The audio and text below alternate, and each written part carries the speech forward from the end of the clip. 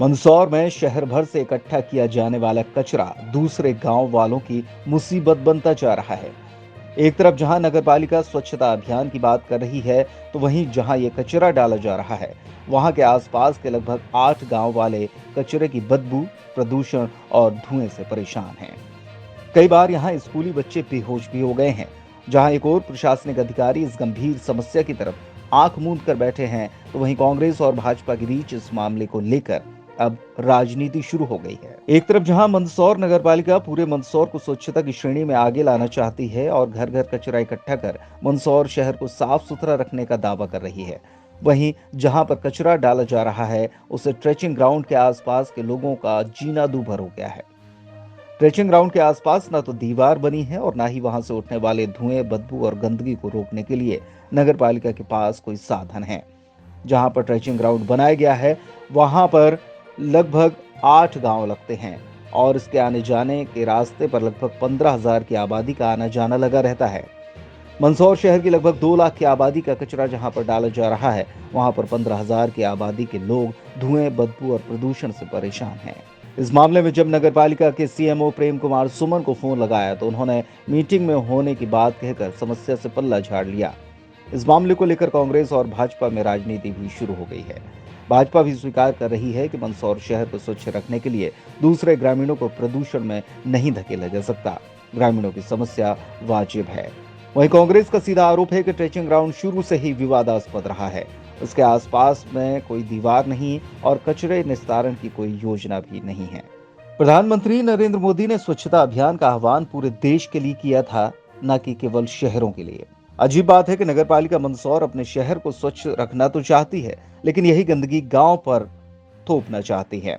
आखिर गांव वाले भी तो इंसान हैं और वो भी स्वच्छता रखना चाहते हैं, लेकिन शहर की गंदगी गांव में डाल दें और गांव वाले परेशान हो, ये कहां का न्याय है। समस्या गंभीर और वाजिब भी है।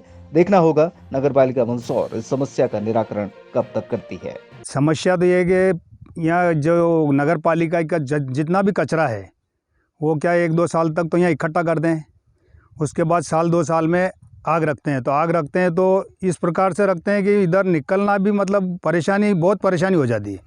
2-3 दिन से रास्ता भी बंद रहता है। इसके लिए अब उनको बोतलगंज होके जाना पड़ता है। 2 साल पूर्व में भी आग रखी थी, तो उसमें हमारे गांव की 2 बालिका मंदसौर से पढ़ के आ रही थी, उनके पापा लेने के लिए जा रहे थे तो फाटक बंद थी, तो उस टाइम पे भी वो बीच में बेहोश हो गई थी। तो उस समय क्या हुआ कि चुनाव थे लोकसभा के, तो शिवराज जी सब आ रहे थे, शिवराज जी घटावदा वाले प्रचार के लिए। तो उनने देखी कि दोनों बालिका बेहोश में पड़ी है। गांव में लेके आए, मालूम पड़ा गया तो डॉक्टर साहब की बालिका है। तो यहाँ से लेके मंदसौर गए हॉस्पिटल, वहाँ जाके बेहोश हालत में ले गए। उसके बाद एडमिट करे, दूसरे दिन होश आया उन दोनों बालिकाओं का। इस साल भी इसी समस्या हुई कि उस दोनों हमारे मेहमान आ रहे थे, तो रास्ते में इतना धुआं दिखा, ट्रैक्टर आ रहा था, ट्रैक्टर वाले ने उन मेहमान को उसमें बिठा लिया, तो वो बच गई, तो उनको भी बेहोश होना पड़ता था।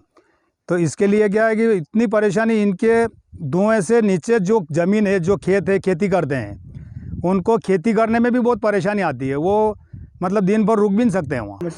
समस्या है कि नगरपालिका परिषद वाले जो इन्होंने ट्रेचिंग ग्राउंड में जो कचरा डालते हैं, यहाँ पर रोज़ डेली अब आग लग जाती है, धुआं होता है सब, और गांव वाले को बहुत परेशानी हो रही, सांस लेने में तक दिक्कत हो रही है हमें। विगत 2 साल पहले भी हम 2 बहनें थी, वहाँ से पैदल आ रही थी और आते आते दोनों उस धुएँ की चपेट में आकर गिर गई और बेहोश हो गई थी।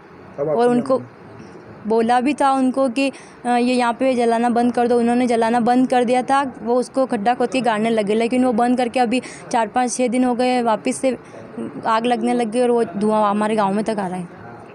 समस्या इस धुएं से ये है कि इस धुएं की वजह से लोगों के फेफड़े में कार्बन डाइऑक्साइड का समावेश ज़्यादा हो जाता है, जिसकी वजह से सांस की तकलीफ, घबराहट और अस्थमा जैसी बीमारियां, और शरीर में जब ऑक्सीजन की कमी होती है तो व्यक्ति झुंझला जाता है, बेहोशी की अवस्था में हो जाता है, अचेतन हो जाता है उसको, और उनकी वजह से बहुत सारी बीमारियाँ जन्म लेती है। यहाँ तक कि बेहोशी की अवस्था में व्यक्ति की मृत्यु को भी प्राप्त हो जाता है, पता नहीं लगता है। धुआं फैल रहा है, इतना खतरनाक है कि चारों तरफ आसपास के गांव वाले भी परेशान हैं, केवल हमारे गांव वाले ही नहीं। और शिकायत करते हैं तो वो जलाना बंद कर देते हैं, और उसके बाद जैसे ही मामला ठंडा होता है और वापस वो धुआं होना स्टार्ट हो जाता है। और सीएम हेल्पलाइन पे भी शिकायत करी थी, तो वो जब यहाँ पर आए तब 1 महीना बीत चुका था। उसके बाद वो देखने आए, इतने यहाँ मामला सब रफा दफा हो चुका था। और हम दोनों बहनें वहाँ से आ रही थी, हम पापा को कॉल किया तो वो आने में लेट हो गए, इतने हम आए तो हम बेहोश हो गए। बहुत सारी गाड़ियाँ भी निकली उस दौरान, लेकिन किसी ने हमको नहीं देखा। यहाँ पर प्रोग्राम था तो शिवराज सिंह जी राणा एक घटावद वाले, उन अंकल के ड्राइवर की नज़र पड़ी हमारे ऊपर, तो उन्होंने हमें बचाया, वरना हम मर जाते वहाँ पे।